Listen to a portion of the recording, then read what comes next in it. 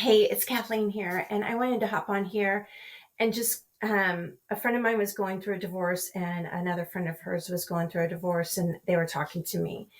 And so I am not an attorney. I don't give legal advice. I give sound advice. I am a contract sage. I can say that after reviewing thousands and thousands and thousands and thousands of contracts, from reciprocal easement agreements to material transfer agreements and all kinds of agreements, many for drug discovery. So I understand contracts. And when I was going through my divorce, there were certain things that I put in my agreement that I had pushback on attorneys from, which is absolutely insane and crazy since I'm the one paying them. And when they said, well, I don't normally put that in my agreement, I said, well, shame on you. I'm not someone to shame because that's a low vibration, but shame on you. So one of the things is whoever's going to keep the house, that person needs to do a refi within 30 to 60 days to remove the other one from the title and the mortgage. If you do not do that and the person keeping the house defaults, does not matter what your document says in your divorce. You didn't refinance, you are liable for that loan.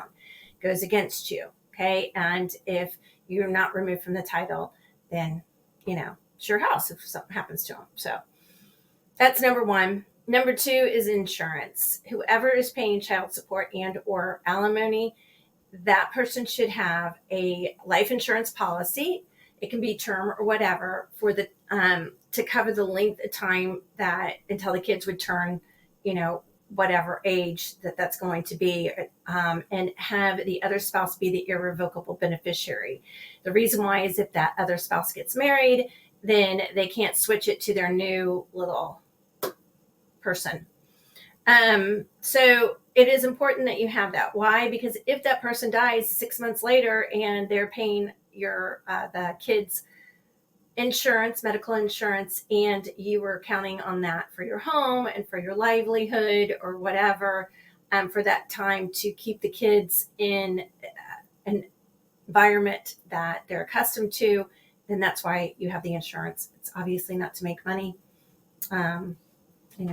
So insurance. And when my attorney, I am a licensed insurance agent, when my attorneys try to say, well, we don't put that in agreements, I was like, well, yeah, shame on you. Okay. Like you should. Why would you not? Why wouldn't you have that in every single divorce agreement that you ever did? I don't know. It seems crazy to me that they don't have that in there. But I'm not an attorney.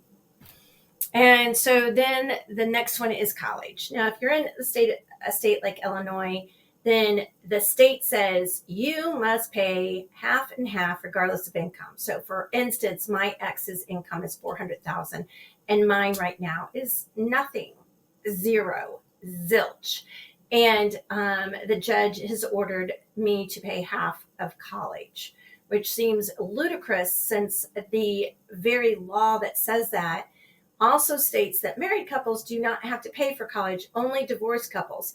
So I think that's called discrimination, and it's not actually legal to have a discrimination law. And I'd have to look at how that was actually passed and if it was actually passed. So I don't know, maybe fiduciary responsibility of the judge was not adequate. I don't know, something could be filed on that.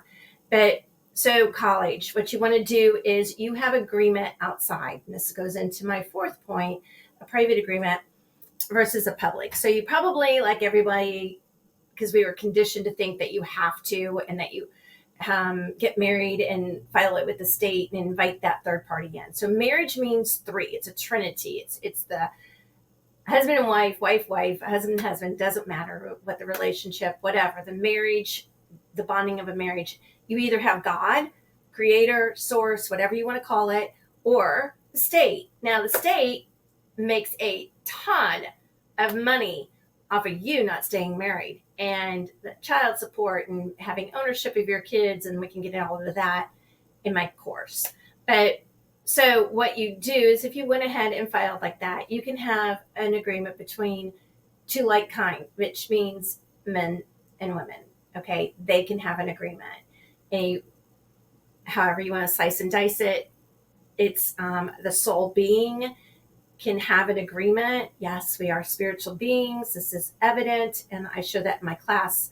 I show you documents to prove that our law covers that. And so you want to have a private agreement, and then you want to keep college like, hey, we would either not pay for college, decide if we want to pay for college. It deviates from statutory, and we're okay with that. We agree to that. We agree to the insurance. We agree to the quit claim and the refinance, regardless of what the messed up, hot mess, horrible system, corrupt system has for divorce. And if you're getting married or thinking about getting married, don't file with the state. Put it in your Bible and show your employer that, because that is legit and it is still valid. So what I'm saying is, this is how you take back your rights. They're not even God-given or inherent rights. They are your rights. And you have no rights unless you declare your rights. So declare your rights, and 4 points. Refinance, insurance, irrevocable beneficiary, private versus public, have a private agreement, and to decide what you want to do for college. Peace out. Roll the dice. Play the game of life.